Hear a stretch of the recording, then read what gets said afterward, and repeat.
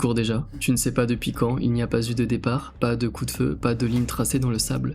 Quand tu reprends conscience de toi-même, tu es au milieu de la foulée, le souffle court, les jambes qui répondent à un ordre que tu n'as jamais donné.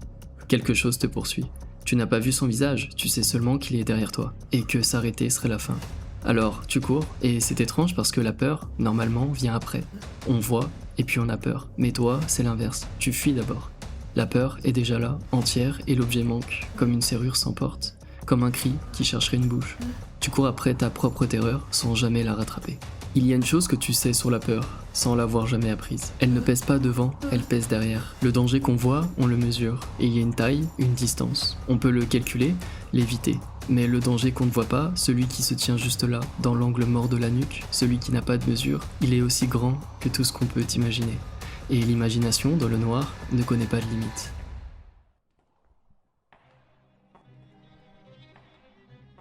C'est pour ça que tu ne te retournes pas. Mais il y a une autre raison, plus profonde, que tu n'oses pas formuler. Tu ne te retournes pas parce que tant que tu ne la regardes pas, la chose reste possible. Tant que tu cours, elle existe. Tant qu'elle existe, ta peur a un sens. Et une peur qui a un sens, c'est presque rassurant.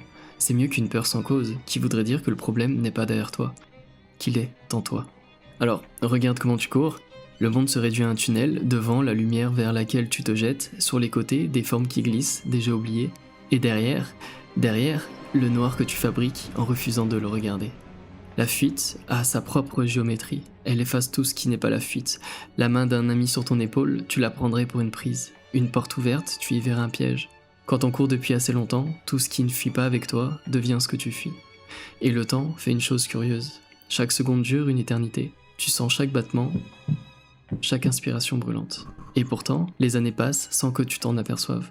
Tu cours depuis ce matin, tu cours depuis 20 ans, c'est la même foulée, le même souffle. On peut passer une vie entière dans cette foulée-là. Aimer en courant, vite, sans s'arrêter, parce que s'arrêter pour aimer vraiment, ce serait s'exposer. Parler en courant des mots rapides qui ne laissent jamais le silence s'installer, parce que dans le silence, on entendrait quelque chose s'approcher. On appelle ça vivre. On dit « je n'ai pas le temps ». On dit « un jour, quand les choses se calmeront ». Mais les choses ne se calment pas, parce que ce ne sont pas les choses qui courent, c'est toi.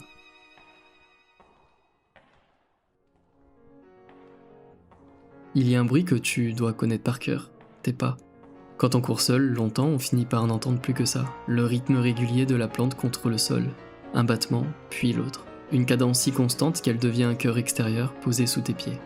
Et dans ce rythme, tu crois entendre autre chose. D'autres pas, juste derrière les tiens, légèrement décalés. Un écho qui ne serait pas tout à fait un écho. Voilà la preuve, penses-tu. Il est là. Tu accélères, les pas derrière accélèrent. Tu ralentis un instant, par épuisement, pas par choix, les pas derrière ralentissent. Tu ne te demandes pas pourquoi ils s'accordent si parfaitement au tien, pourquoi celui qui te poursuit est exactement la foulée, exactement ton rythme, exactement ta fatigue. Tu cours, c'est tout ce que tu sais faire. Et tu portes ça depuis si longtemps que tu as oublié quelque chose de simple. Pour entendre des pas, derrière soi, il faut d'abord faire les siens. Quelque part, très loin sous la peur, il y a une autre chose. Une fatigue qui n'est pas dans les jambes, une envie que tu réprimes à chaque foulée parce qu'elle te paraît être la plus dangereuse de toutes. L'envie de t'arrêter. Pas de tomber, pas d'abandonner, juste de t'arrêter, de sentir le sol enfin stable, de respirer une fois, lentement, sans que ce soit pour mieux repartir. Cette envie-là te terrifie, plus que ce qui te poursuit, parce que t'arrêter, ce serait laisser la chose te rattraper. C'est la loi que tu t'es donnée au premier pas, celui dont tu ne te souviens pas. Si tu t'arrêtes, elle te prend. Alors tu cours pour ne pas mourir, et tu meurs, un peu, à chaque pas, de ne pas pouvoir t'arrêter.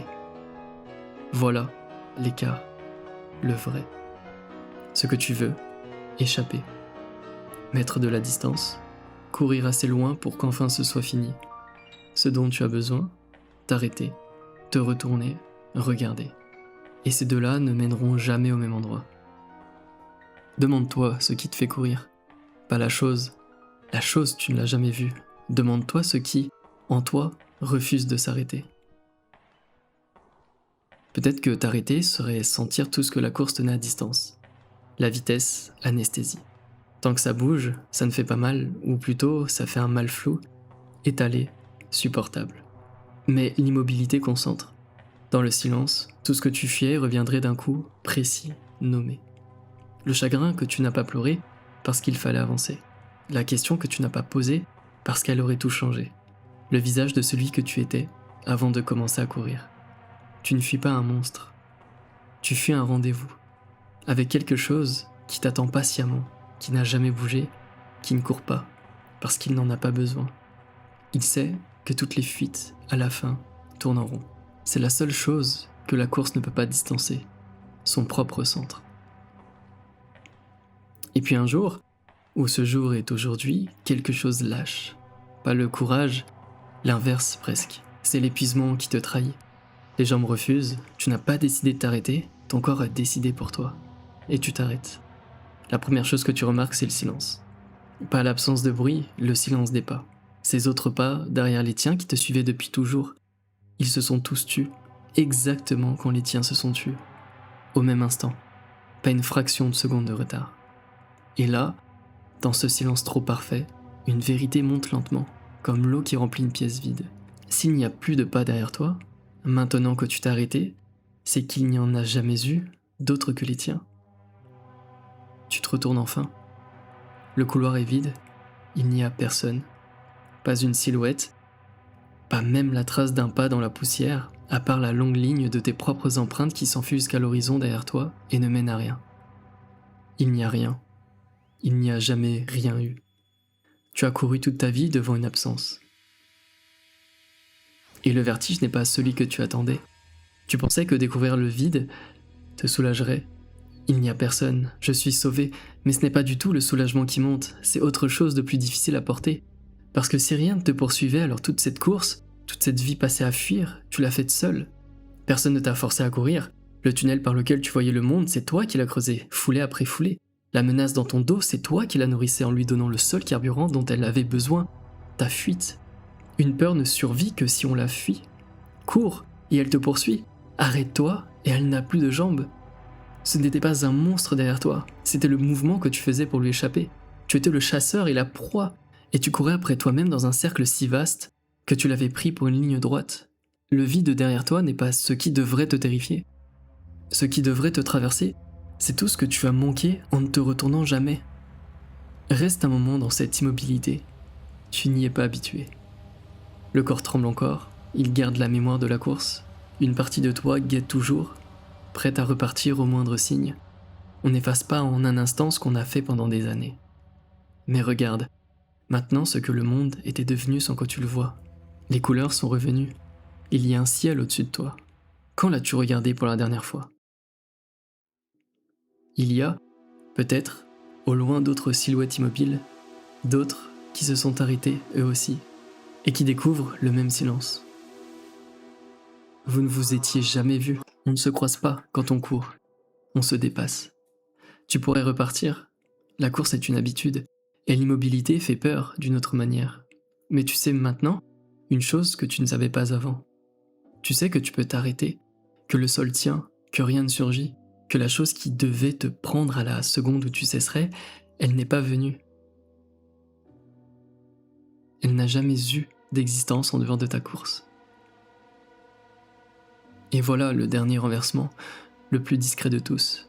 Tu croyais que t'arrêter, c'était t'exposer, offrir ton dos à ceux qui te suivaient. Mais c'est exactement l'inverse. Tant que tu courais, tu étais à la merci de la chose. Tu vivais selon elle, à son rythme, dans la direction qu'elle te dictait. C'est en t'arrêtant que tu cesses de lui appartenir. On ne rattrape pas quelqu'un qui ne fuit plus, on ne poursuit pas quelqu'un qui s'est retourné. Le jeu n'existe que tant que l'un des deux court. Tu as cherché la liberté dans la vitesse, elle était dans l'arrêt. Alors, tu restes là, debout, au milieu d'un monde qui ne te poursuit pas. Le souffle qui se calme, les empreintes derrière toi qui commencent déjà à s'effacer. Et une question très douce monte sans réponse. Si tu n'avais jamais couru, qu'est-ce que tu aurais vu ? Tu ne le sauras pas pour les années perdues. Elles sont derrière, avec le vide, dans le couloir qui se referme. Mais tu es là, maintenant, arrêté. Il n'y a personne qui te poursuit, il n'y a jamais eu personne. Il y a seulement quelqu'un qui regarde enfin.